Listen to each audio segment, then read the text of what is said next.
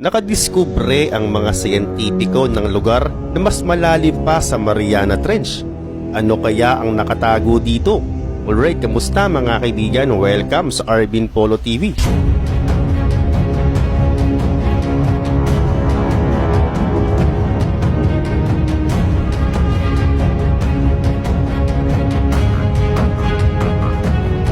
Napakahiwaga ng karagatan kung iisipin. At maniwala ka man o sa hindi, 80% pa ng karagatan ang di pa nalalaman o napupuntahan ng mga tao. Well, sadyang napakamisteryoso talaga ng ating mundo. Kaya naman sa video na ito ay karagatan naman ang tatalakayin natin. Dito pag-uusapan natin ang rediscovering lugar ng mga siyentipiko na di umano mas malalim pa sa Mariana Trench. At kung gusto mong malaman ang buong kwento, simulan na natin.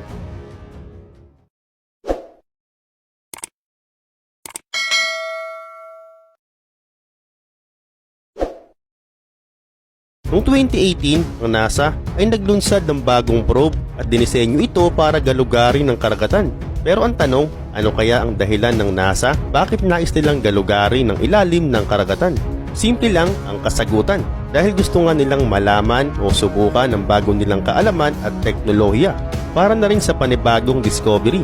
Pero teka, gaano kalalim ba ang kayang sisiri ng tao sa karagatan? Ang regular na tao na walang special na equipment ay kayang sumisid sa lalim na 6 meter o 19 feet. At kung may gamit siyang scuba set, ay may kakayahan siyang sumisid sa lalim na 40 meter or 131 feet. Samantala, ang mga free diver naman ay may kakayahang sumisid sa lalim na 100 meters o 328 feet. At kung iniisip mo na malalim na yan, ay walang-wala pa yan o wala pa yan sa 1% ng lalim, lawak at laki ng buong karagatan. Meron kasing first layer ang lalim at ito'y tinatawag na epipelagic zone at ito'y may lalim lamang na 200 meter below the surface. Ibig sabihin, sa ganitong lalim ay masisinagan pa ito kahit papano ng araw. At sa ganitong lalim din, madalas naninirahan dito ang mga pating at iba pang mga uri ng isda. Sa kabilang banda, atin namang kilalanin si Amgarp. Siya lang naman ang taong nakabasag ng record ng scuba diving. Nagawa niyang sumisid sa lalim na 332 meters o 1,089 feet. Oo, tama ka. Ibig sabihin nito, naabot niya na nga ang mesopelagic, ang ikalawang layer ng lalim ng dagat. Kilala din ito sa tawag na midnight zone. Ang lalim nito ay sa pagitan ng 200 to 1,000 kilometers below the surface. Yun pa man, miski ang pinaka-the best military submarine ay walang kakayahang babain ito. Sa lugar na ito, di na ito naaabot ng liwanag ng araw at ang matindi pa, ang mga hayop na nakatira dito ay nagtataglay na ng mga kakaibang katangian. Ito ang halimbawa, na-adapt nila ang semi-darkness dahil sa kanilang malalaking mga mata at bioluminescence na features. Dagdag pa, ang lugar na ito, dito na nga rin makikita ang 90% pa ng uri ng mga isda at kung susumahin ang bigat nila ay aabot ito ng 10 billion tons. Pero paano kaya ito nangyari? Ang population pa lang na nakakatakot na cyclone ay umaabot na agad ng 1 quadrillion. Pero bagamat ganito ito karami, ay isa pa lang itong maliit na porsyento kung buong karagatan ng pag-uusapan. Dahil kung mas malalim pa ang pag-uusapan natin, dito na nga natin malalaman ang ilan pang mga sekretong nilalang na nakatira sa pinakailalim ng dagat. Kaya naman tara na at mas lalo pa nating laliman. Paano natin mararating ang madilim at malamig na bahagi ng sahig ng karagatan kung ang miski submarine nga ay hindi ito makakaya? Sa kabilang banda, ang deepest point ng dagat ay makikita sa Western Pacific Ocean at ito ang tinatawag na Mariana Trench. At madalas ang tawag dito ay the Challenger Deep dahil meron itong lalim na 11,034 meters o 35,856 feet.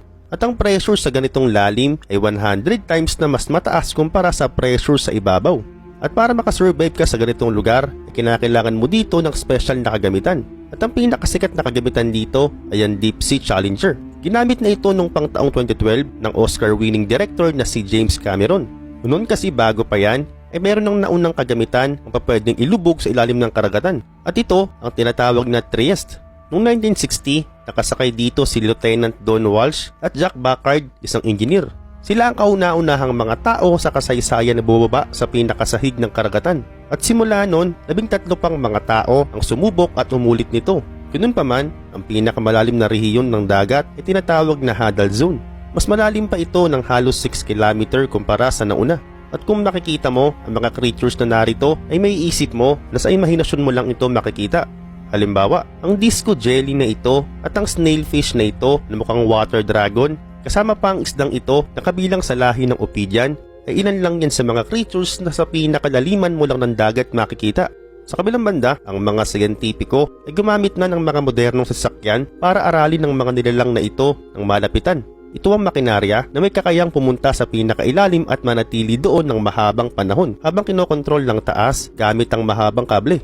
Pero ganun pa man, madalas ay nabibigo din ang makinang ito na tumagal sa pinakadaliman ng dagat dahil na rin siguro sa matinding kondisyon na meron ang sahig ng dagat. Sa kabilang banda, noong 2014, ang isang underwater vehicle na may pangalang Nereus ay binaba ang Kermadec Trench na nakalocate sa New Zealand. Pagbaba ng Nereus ay napunit ito sa lalim lang na 10 km dahil sa pressure. At ang mga oras na yon, yun lang ang tanging nilang watercraft para sa misyon na yon. At ayon sa pag-aaral, kaya ito napunit dahil sa huminto ang progress nito dahil di nito nakayanan ang sobrang pressure. Sa kabilang banda, meron pang ibang karagatan sa universe ang mas matindi pa at di basta-basta napupuntahan ng mga tao. Oo, at tinamang puntahan ng iba pang mga karagatan. Ang ibabaw ng isa sa mga moon ng Jupiter na tinatawag na Europa ay binubuo ng water ice. At ayon sa mga siyentipiko ay ang mga yelong meron dito ay may kapal na 15 to 25 km. At sa ilalim nito ay merong karagatan at ayon pa sa mga astrobiologists ay malaki posibilidad na merong nabubuhay sa ilalim nito. Ayon pa sa kanila, ang mga namumuhay dito ay kaparehas ng mga creatures na nabubuhay sa ating Earth. Dagdag pa, ang Enceladus naman na isa naman sa mga moon ng Saturn ay pwede rin daw matirahan. Sapagkat bawat oras kasi ang steam jet na binubuo ng internal heat o init ay tinutunaw ang mga yelong nakapaligid dito. Sa makatuwid, pag merong natunaw na yelo ay magkakaroon ng tubig. Ganun pa man noong 2018, ang space probe na Cassini ay nakadiscover na meron daw talagang tubig dito. At para ma-sure natin na talagang meron mga creatures ang nabubuhay dito, ay kailangan natin magpadala ng kagamitan para magalugad nga talaga ito. At ayon sa pag-aaral, ay sinasabing ang dagat dito ay may lalim na 30 km. Habang ang Europa naman ay meron din daw ditong tubig na may lalim naman na 60 to 150 km. At kung iisipin kung sa atin nga mundo, 80% pa ang di pa natin nagagalugad, ay ano pa kaya na meron pa palang mga dagat sa mga moon? Ganun pa man ang NASA, ay ginagawa nilang training ground ang dagat ng Earth. Para nga naman, di na sila mahirapan pang sisirin ng mga dagat na meron ang moon. Sa tingin mo, meron kaya nakatira sa mga dagat sa moon? Ngayon, balik tayo sa ating mundo. Ang 80% ng dagat na di pa nagagalugad ng mga tao ay tinatawag nilang Batepelagic Zone o the Midnight Zone at Abyssopelagic Zone o the Abyss. Nasa lugar na ito ang mga kakaibang nilalang na kayang tumagal sa napakatinding pressure. Narito ang tripod fish at ang deep sea anglerfish. At ilan lang sila sa mga parte ng malalim na mundo ng karagatan na nalaman ng mga tao. Ganun pa man, dahil nga limitado lang ang oras na kayang itagal ng ating mga equipment sa ilalim ng dagat, ay imposible talagang malaman natin lahat-lahat ng meron sa Midnight Zone at sa Abyss. Pero ganun pa man, hindi nawala ng pag-asa ang NASA. Gumawa sila ng isang underwater drone na tinawag nilang Orpheus. Binubuo ito ng high sensitivity cameras at mga sensors. May kakayahan itong suriin ng mga bato, shell, at pati na mga living organism. At kaya din itong gumawa ng 3D maps sa ilalim ng dagat. May timbang lang itong 250 kg at gawa ito sa may synthetic foam at kaakibat pa nito ang mga glass beads para mas lalong tumibay. At dahil din sa malakas nitong flashlight ay makakatulong itong makasave ng enerhiya at makakuha ng madalinaw na litrato. Napakagaling kung iisipin at sana maging matagumpay ito. Dahil pag nagkataon, malalaman na natin ang mga nakatagong nilalang sa ilalim ng dagat na matagal na nating gustong makita. Mabubuksan na nga rin ang ating saradong isipan patungkol sa kung totoo ba talaga na mayroong nakatirang halimaw sa ilalim ng dagat.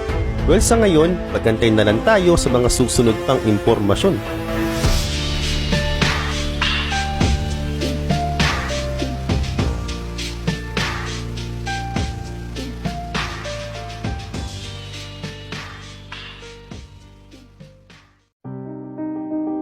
Alright, once again, this is Arvin Polo TV. Hindi lang ito basta ikinuwento. Ito rin ay nakakapagpabago ng pananaw mo sa buhay. Thank you and see you on my next video.